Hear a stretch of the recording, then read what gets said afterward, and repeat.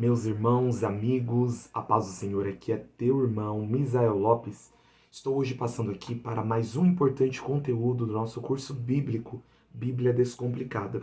E hoje nós vamos falar sobre um momento bastante interessante da nação de Israel, a saber, o momento em que é instituída a monarquia.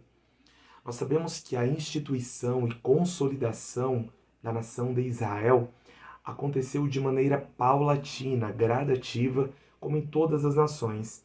Já havia o povo, um território já havia sido conquistado, embora que parcialmente, não de maneira plena, pois como nós vimos no vídeo anterior, Josué já era velho e o Senhor falou para ele: Josué, você já está idoso e muita terra ainda há para ser conquistada.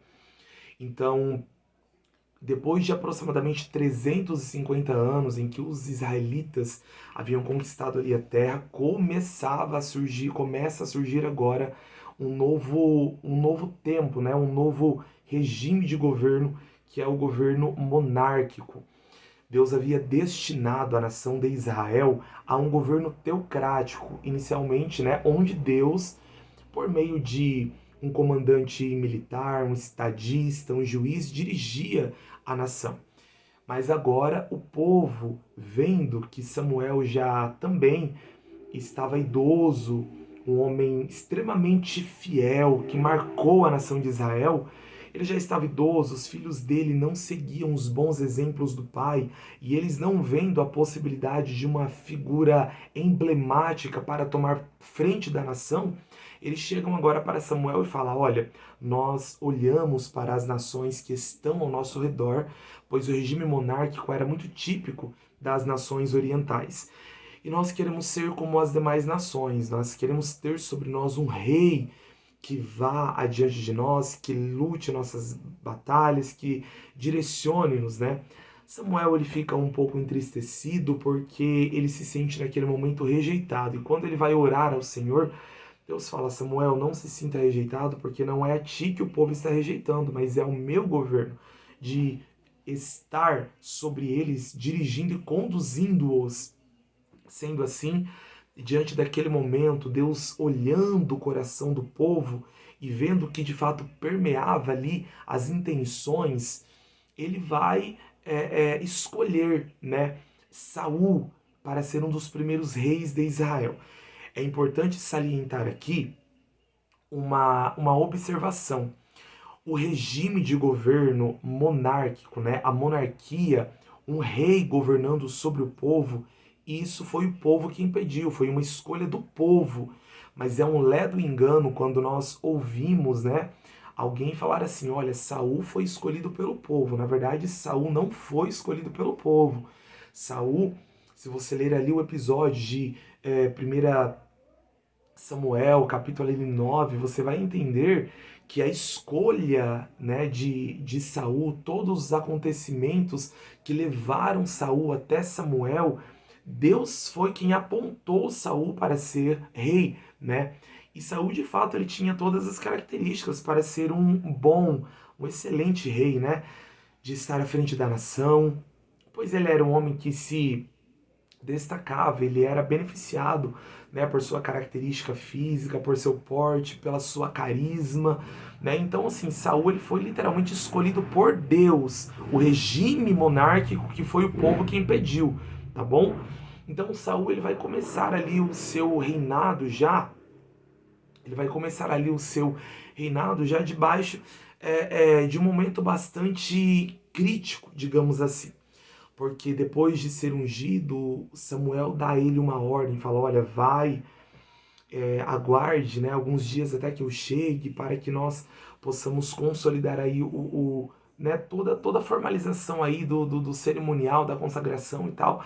E em um momento ali de guerra, de dispersão, Saul ele não confia no Senhor e ele vai lá querer tomar frente de oferecer culto, sacrifício, altar, aquilo que não era compatível a ele, né? Então Saul, na verdade, ele já começa a mostrar traços de uma pessoa bastante apressada, né? Uma pessoa que tem ali seus traços de impulsos, né? E que não confiou inteiramente no Senhor. Saul ele tinha de tudo para ter um reino muito bem consolidado, mas a verdade é que nós vamos ver Saul incorrendo em uma trajetória sucessiva de desobediência ao Senhor. Alguém que por aproximadamente 40 anos vai governar sem a presença. É alguém que, na verdade, ele sempre agiu por seus impulsos, né, por seus equívocos, e sempre desdenhando da voz do Senhor, daquilo que Deus havia deixado.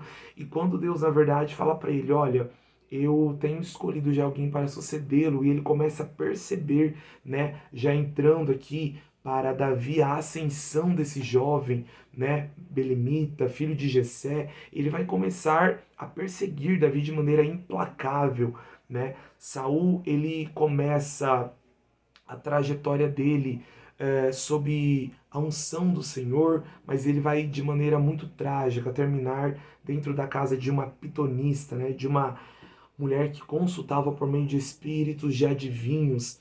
Nós vamos ver ali a trajetória em Saul, nós vamos ver a trajetória de alguém que poderia ter percorrido caminhos de obediência e deixado um legado positivo para toda uma nação, mas não foi isso que aconteceu. Então, com Saul, na verdade, nós vamos ver que, na verdade, não era o momento da monarquia ser instituída, né? A pessoa mais ideal ali para instaurar esse momento era Davi, que foi o maior vulto da nação de Israel.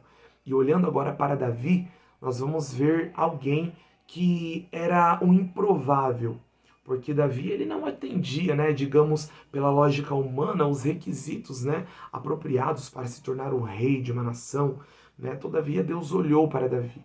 Deus olhou para Davi e encontrou em Davi alguém segundo o seu coração.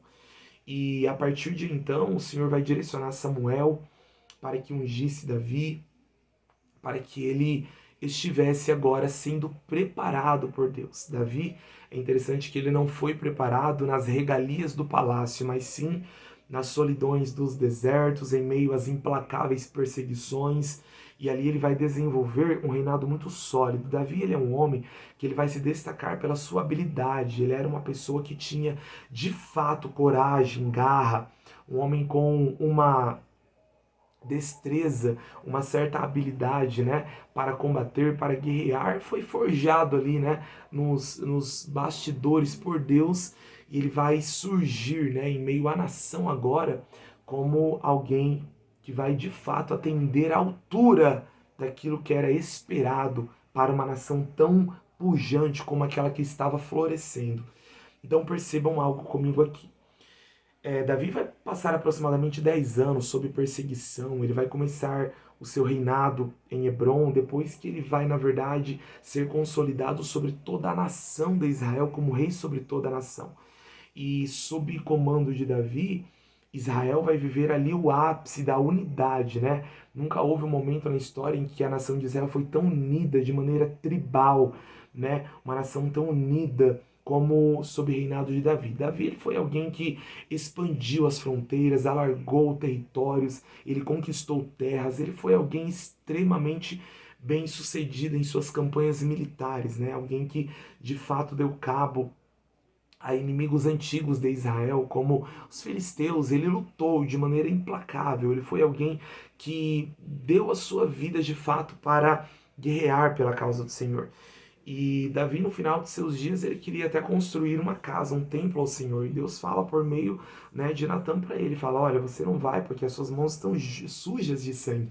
Você foi um homem de guerra, eu te chamei para guerrear, né? Mas aquele que vai descender de ti, a saber, já fazendo uma referência ali a Salomão, ele vai levantar uma casa, um templo ao meu nome.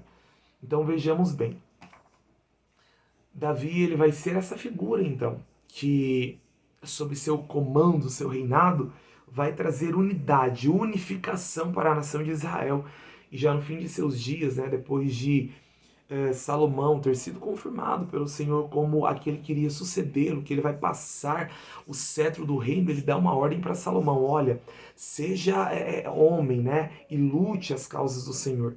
Salomão ele vai ser ascendido, né, olhando agora para essa figura, ele vai ser confirmado, né, como rei, mas nós olhamos para a figura de Salomão e quando nós lemos ali em 1 Reis capítulo 3, nós às vezes não nos deparamos, né? E por que Salomão vai ter um reino tão glorioso, um reino tão próspero. Deus deu a Salomão algo incrível, mas antes de Salomão receber tudo que recebeu, nós precisamos ver lá em 1 Reis capítulo 3, versículos 4 e 5, Salomão ele vai até Gibeão, ele vai oferecer um culto poderoso a Deus. Ele oferece 1000 holocaustos ao Senhor, e diante daquele momento Deus vai aparecer, né? Nós olhamos para Salomão como o homem mais sábio, rico e próspero e não vemos o que há por detrás de tudo isso, mas Salomão, ele oferece um culto glorioso, né? Com sacrifícios, com entrega, e naquele momento de culto Deus aparece para ele numa noite e fala: olha, pede-me o que quiseres e eu te darei. Salomão fala: olha, Senhor, tu mostrastes bondade, né, ao ter me escolhido para reinar sobre este povo. E ele vai falar: olha, a demanda é muito grande. E eu não quero os meus inimigos, eu não quero a vida dos meus aborrecedores, mas que me des um coração sábio. E Deus falou para Salomão: olha, por teres me pedido isso e não teres me pedido vingança, né, a cabeça dos seus inimigos eu vou te dar, além de sabedoria, sabedoria ao extremo, de tal maneira que não haverá rei tão sábio como você, né? Nem antes e nem depois, eu ainda vou te dar muita prosperidade. Então percebam, com Davi, o reino de Israel, ele é unificado, ele é consolidado, estruturado, mas agora a partir de Salomão, Deus vai dar a ele a graça, né, de trazer para o reino inovações que até então Israel não teve, como foi o próprio caso das alianças ali com o rei Irão, trazendo artes de navegações, né, por meio do mar, né, portos foram construídos. Então, com Salomão, Israel atinge o ápice da glória, da riqueza, né, de toda a glória humana, eu falo, a riqueza, né? Salomão, ele foi um homem muito sábio, de tal maneira que reis vinham de longe para ouvir a sabedoria de Salomão.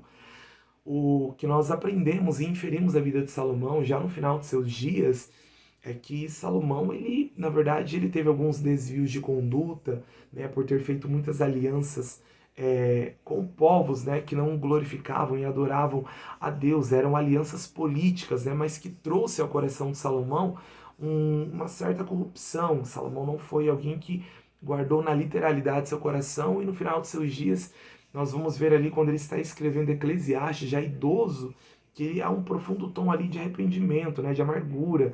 Alguém que, se pudesse ser voltado ao tempo e feito diferente, ele teria feito. Mas uma coisa é fato, é verdadeira: Salomão, ele foi escolhido por Deus, e Deus confirmou ali o reinado nas mãos de Salomão, dando muita riqueza, sabedoria, poder. E depois que Salomão ele morre, o filho dele, Roboão, ele já não tem uma capacidade de administração e humildade como seu pai para levar esta nação, né? De tal modo que nas mãos de Roboão, o reino que era unido, próspero, agora vai se dividir, né, em duas partes, o que nós vamos ver nas próximas aulas. E já não vai ser mais aquele reino unido, né, próspero, como foi até então. E nas próximas aulas nós daremos aqui então continuidade a esse importante momento também, que vai ser o reino dividido. Mas nós fizemos aqui um resumo, né, algo bem resumido, para que os irmãos possam entender de maneira bem resumida e clara o que foi aí esse momento, né, de monarquia, onde reis começaram a reinar sobre a nação. Eu espero que esse conteúdo tenha elucidado algumas coisas, e com certeza o nosso mestre, pastor Wallace, vai de maneira brilhante aí fazer com que, a partir desse vídeo aí, pérolas muito mais ricas sejam incorporadas aí à aula. Deus abençoe e até a próxima aula. Um forte abraço.